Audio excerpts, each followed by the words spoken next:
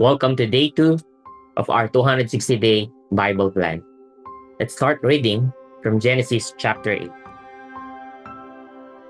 But God remembered Noah and all the beasts and all the livestock that were with him in the ark. And God made the wind blow over the earth, and the waters subsided. The fountains of the deep and the windows of the heavens were closed. The rain from the heavens was restrained, and the waters receded from the earth continually. At the end of 150 days, the waters had abated. And in the 7th month, on the 17th day of the month, the ark came to rest on the mountains of Ararat. And the waters continued to abate until the 10th month. In the 10th month, on the first day of the month, the tops of the mountains were seen. At the end of 40 days, Noah opened the window of the ark that he had made and sent forth a raven. It went to and fro until the waters were dried up from the earth. Then he sent forth a dove from him to see if the waters had subsided from the face of the ground. But the dove found no place to set her foot, and she returned to him to the ark, for the waters were still on the face of the whole earth. So he put out his hand and took her and brought her into the ark with him. He waited another 7 days, and again he sent forth the dove out of the ark. And the dove came back to him in the evening, and behold, in her mouth was a freshly plucked olive leaf. So Noah knew that the waters had subsided from the earth. Then he waited another 7 days and sent forth the dove, and she did not return to him anymore. In the 601st year, in the first month, the first day of the month, the waters were dried from off the earth. And Noah removed the covering of the ark and looked, and behold, the face of the ground was dry. In the 2nd month, on the 27th day of the month, the earth had dried out. Then God said to Noah, "Go out from the ark, you and your wife, and your sons and your sons' wives with you. Bring out with you every living thing that is with you of all flesh, birds and animals, and every creeping thing that creeps on the earth, that they may swarm on the earth, and be fruitful and multiply on the earth." So Noah went out, and his sons and his wife and his sons' wives with him. Every beast, every creeping thing, and every bird, everything that moves on the earth, went out by families from the ark. Then Noah built an altar to the Lord and took some of every clean animal and some of every clean bird and offered burnt offerings on the altar. And when the Lord smelled the pleasing aroma, the Lord said in his heart, "I will never again curse the ground because of man, for the intention of man's heart is evil from his youth. Neither will I ever again strike down every living creature as I have done. While the earth remains, seed time and harvest, cold and heat, summer and winter, day and night shall not cease." And God blessed Noah and his sons and said to them, "Be fruitful and multiply and fill the earth. The fear of you and the dread of you shall be upon every beast of the earth, and upon every bird of the heavens, upon everything that creeps on the ground, and all the fish of the sea. Into your hand they are delivered. Every moving thing that lives shall be food for you. And as I gave you the green plants, I give you everything. But you shall not eat flesh with its life, that is, its blood. And for your lifeblood I will require a reckoning. From every beast I will require it, and from man. From his fellow man I will require a reckoning for the life of man. Whoever sheds the blood of man, by man shall his blood be shed. For God made man in his own image. And you, be fruitful and multiply. Increase greatly on the earth and multiply in it." Then God said to Noah and to his sons with him, "Behold, I establish my covenant with you and your offspring after you, and with every living creature that is with you, the birds, the livestock, and every beast of the earth with you, as many as came out of the ark. It is for every beast of the earth. I establish my covenant with you, that never again shall all flesh be cut off by the waters of the flood, and never again shall there be a flood to destroy the earth." And God said, "This is the sign of the covenant that I make between me and you and every living creature that is with you, for all future generations. I will set my bow in the cloud, and it shall be a sign of the covenant between me and the earth. When I bring clouds over the earth, and the bow is seen in the clouds, I will remember my covenant that is between me and you and every living creature of all flesh. And the waters shall never again become a flood to destroy all flesh. When the bow is in the clouds, I will see it, and remember the everlasting covenant between God and every living creature of all flesh that is on the earth. God said to Noah, "This is the sign of the covenant that I have established between me and all flesh that is on the earth." The sons of Noah who went forth from the ark were Shem, Ham, and Japheth. Ham was the father of Canaan. These three were the sons of Noah, and from these the people of the whole earth were dispersed. Noah began to be a man of the soil, and he planted a vineyard. He drank of the wine and became drunk and lay uncovered in his tent. And Ham, the father of Canaan, saw the nakedness of his father and told his two brothers outside. Then Shem and Japheth took a garment, laid it on both their shoulders, and walked backward and covered the nakedness of their father. Their faces were turned backward, and they did not see their father's nakedness. When Noah awoke from his wine and knew what his youngest son had done to him, he said, "Cursed be Canaan, a servant of servants shall he be to his brothers." He also said, "Blessed be the Lord, the God of Shem, and let Canaan be his servant. May God enlarge Japheth, and let him dwell in the tents of Shem, and let Canaan be his servant." After the flood, Noah lived 350 years. All the days of Noah were 950 years, and he died. Chapter 10. These are the generations of the sons of Noah, Shem, Ham, and Japheth. Sons were born to them after the flood.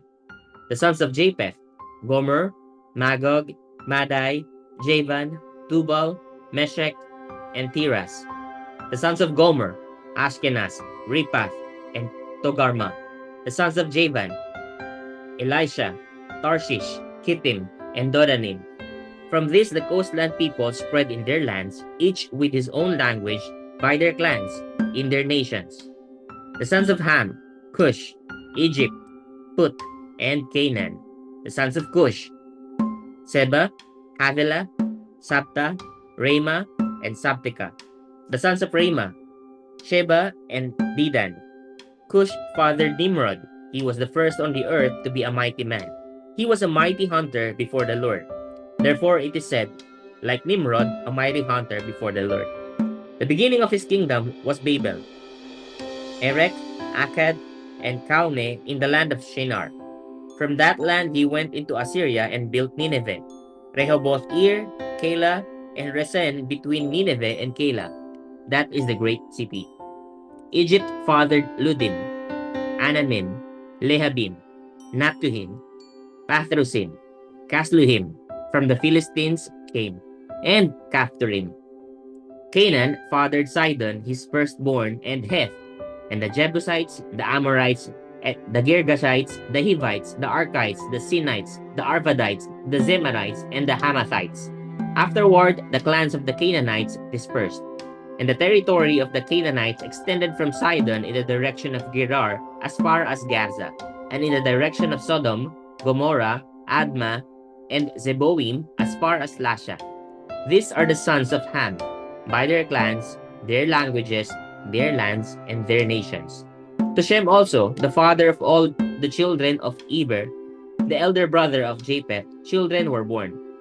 The sons of Shem: Elam, Ashur, Arpachshad, Lud, and Aram. The sons of Aram: Uz, Hul, Gether, and Mash. Arpachshad fathered Shelah, and Shelah fathered Eber. To Eber were born two sons. In the name of one was Peleg, for in his days the earth was divided. And his brother's name was Joktan. Joktan fathered Almodad, Shelet, Azarmaveth, Jera, Hadoram, Uzal, Dikla, Obal, Abimael, Sheba, Ophir, Havilah, and Jobab. All these were the sons of Joktan. The territory in which they lived extended from Misha in the direction of Sephar to the hill country of the east. These are the sons of Shem, by their clans, their languages, their lands, and their nations. These are the clans of the sons of Noah, according to their genealogies, in their nations, and from these the nations spread abroad on the earth after the flood. Chapter 11. Now the whole earth had one language and the same words.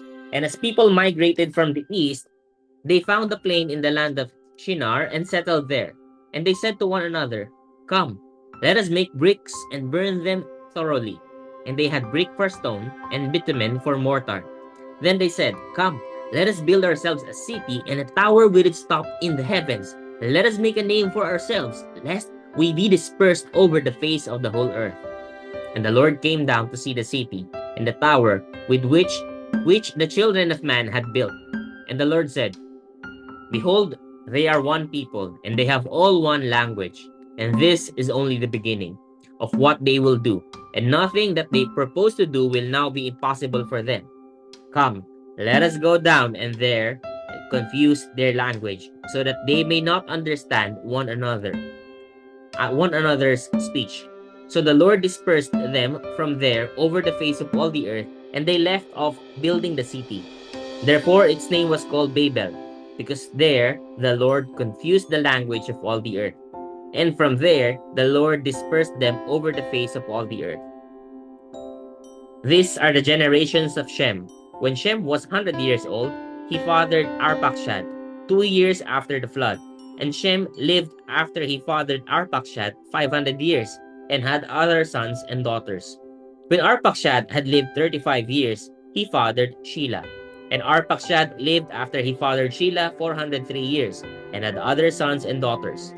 When Shelah had lived 30 years, he fathered Eber. And Shelah lived after he fathered Eber 403 years, and had other sons and daughters. When Eber had lived 34 years, he fathered Peleg. And Eber lived after he fathered Peleg 430 years, and had other sons and daughters. When Peleg had lived 30 years, he fathered Reu.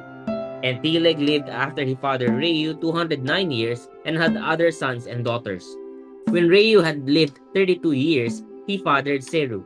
And Reu lived after he fathered Serug 207 years, and had other sons and daughters. When Serug had lived 30 years, he fathered Nahor. And Serug lived after he fathered Nahor 200 years, and had other sons and daughters. When Nahor had lived 29 years, he fathered Terah. And Nahor lived after he fathered Terah 119 years, and had other sons and daughters. When Terah had lived 70 years, he fathered Abram. Now these are the three generations of Terah. Terah fathered Abram, Nahor, and Haran. And Haran fathered Lot. Haran died in the presence of his father Terah in the land of his kindred, in Ur of the Chaldeans. And Abram and Nahor took wives. The name of Abram's wife was Sarai, and the name of Nahor's wife Milcah, the daughter of Haran, the father of Milcah and Iscah. Now Sarai was barren, she had no child. Terah took Abram, his son, and Lot, the son of Haran, his grandson, and Sarai, his daughter-in-law, his son Abram's wife, and they went forth together from Ur of the Chaldeans to go into the land of Canaan. But when they came to Haran, they settled there. The days of Terah were 205 years, and Terah died in Haran. Chapter 12. Now the Lord said to Abram, "Go from your country and your kindred and your father's house to the land that I will show you. And I will make of you a great nation, and I will bless you and make your name great, so that you will be a blessing. I will bless those who bless you, and him who dishonors you I will curse. And in you all the families of the earth shall be blessed." So Abram went as the Lord had told him, and Lot went with him. Abram was 75 years old when he departed from Haran. And Abram took Sarai his wife, and Lot his brother's son, and all their possessions that they had gathered, and the people that they had acquired in Haran. And they set out to go to the land of Canaan. When they came to the land of Canaan, Abram passed through the land to the place at Shechem, to the oak of Moreh. At that time, the Canaanites were in the land. Then the Lord appeared to Abram and said, "To your offspring I will give this land." So he built there an altar to the Lord who had appeared to him. From there he moved to the hill country on the east of Bethel and pitched his tent, with Bethel on the west and Ai on the east. And there he built an altar to the Lord and called upon the name of the Lord. And Abram journeyed on, still going toward the Negev. Now there was a famine in the land. So Abram went down to Egypt to sojourn there, for the famine was severe in the land. When he was about to enter Egypt, he said to Sarai his wife, "I know that you are a woman beautiful in appearance, and when the Egyptians see you, they will say, 'This is his wife.' then they will kill me, but they will let you live. Say you are my sister, that it may go well with me because of you, and that my life may be spared for your sake." When Abram entered Egypt, the Egyptians saw that the woman was very beautiful. And when the princes of Pharaoh saw her, they praised her to Pharaoh. And the woman was taken into Pharaoh's house. And for her sake, he dealt well with Abram. And he had sheep, oxen, male donkeys, male servants, female donkeys, and camels. But the Lord afflicted Pharaoh and his house with great plagues because of Sarai, Abram's wife. So Pharaoh called Abram and said, "What is this you have done to me? Why did you not tell? Why did you say she is my sister, so that I took her for my wife? Now, then, here is your wife. Take her and go." And Pharaoh gave men orders concerning him, and they sent him away with his wife and all that he had. Chapter 13. So Abram went up from Egypt, he and his wife and all that he had, and Lot with him into the Negev. Now Abram was very rich in livestock, in silver and in gold. And he journeyed on from the Negev as far as Bethel, to the place where his tent had been at the beginning, between Bethel and Ai, to the place where he had made an altar at the first. And there Abram called upon the name of the Lord. And Lot, who went with Abram, also had flocks and herds and tents, so that the land could not support both of them dwelling together, for their possessions were so great that they could not dwell together. And there was strife between the herdsmen of Abram's livestock, and the herdsmen of Lot's livestock. At that time, the Canaanites and the Perizzites were dwelling in the land. Then Abram said to Lot, "Let there be no strife between you and me, and between your herdsmen and my herdsmen, for we are kinsmen. Is not the whole land before you? Separate yourself from me. If you take the left hand, then I will go to the right. Or if you take the right hand, then I will go to the left." And Lot lifted up his eyes and saw that the Jordan Valley was well watered everywhere, like the garden of the Lord, like the land of Egypt, in the direction of Zoar. This was before the Lord destroyed Sodom and Gomorrah. So Lot chose for himself all the Jordan Valley, and Lot journeyed east. Thus they separated from each other. Abram settled in the land of Canaan, while Lot settled among the cities of the valley and moved his tent as far as Sodom. Now the men of Sodom were wicked, great sinners against the Lord. The Lord said to Abram, after Lot had separated from him, "Lift up your eyes and look from the place where you are, northward and southward and eastward and westward. For all the land that you see, I will give to you and to your offspring forever. I will make your offspring as the dust of the earth, so that if one can count the dust of the earth, your offspring also can be counted. Arise, walk through the length and the breadth of the land, for I will give it to you." So Abram moved his tent and came and settled by the oaks of Mamre, which are at Hebron, and there he built an altar to the Lord. Chapter 14. In the days of Amraphel, king of Shinar, Arioch, king of Elasar, Chedorlaomer, king of Elam, and Tidal, king of Goim, these kings made war with Bera, king of Sodom, Birsha, king of Gomorrah, Shinab, king of Admah, Shemeber, king of Zeboim, and the king of Bela, that is Zoar. And all these joined forces in the valley of Siddim, that is the Salt Sea. 12 years they had served Chedorlaomer, but in the 13th year they rebelled. In the 14th year, Chedorlaomer and the kings who were with him came and defeated the Rephaim in Ashteroth Karnaim, the Zuzim in Han, the Emim in Shaveh Kiriathaim, and the Horites in their hill country of Seir as far as El Paran, on the border of the wilderness. Then they turned back and came to En Mishpat, that is Kadesh, and defeated all the country of the Amalekites and also the Amorites who were dwelling in Hazazon Tamar. Then the king of Sodom, the king of Gomorrah, the king of Admah, the king of Zeboim, and the king of Bela, that is Zoar, went out, and they joined battle in the valley of Siddim with Chedorlaomer, king of Elam, Tidal, king of Goim, Amraphel, king of Shinar, and Arioch, king of Elasar. 4 kings against 5. Now the valley of Siddim was full of bitumen pits, and as the kings of Sodom and Gomorrah fled, some fell into them, and the rest fled to the hill country. So the enemy took all the possessions of Sodom and Gomorrah and all their provisions, and went their way.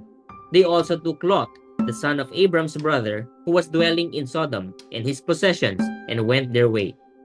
Then one who had escaped came and told Abram the Hebrew, who was living by the oaks of Mamre the Amorite, brother of Eshcol and of Aner. These were allies of Abram. When Abram heard that his kinsman had been taken captive, he led forth his trained men, born in his house, 318 of them, and he went in pursuit as far as Dan.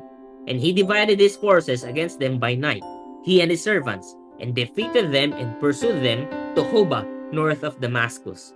Then he brought back all the possessions and also brought back his kinsman Lot with his possessions, and the women and the people.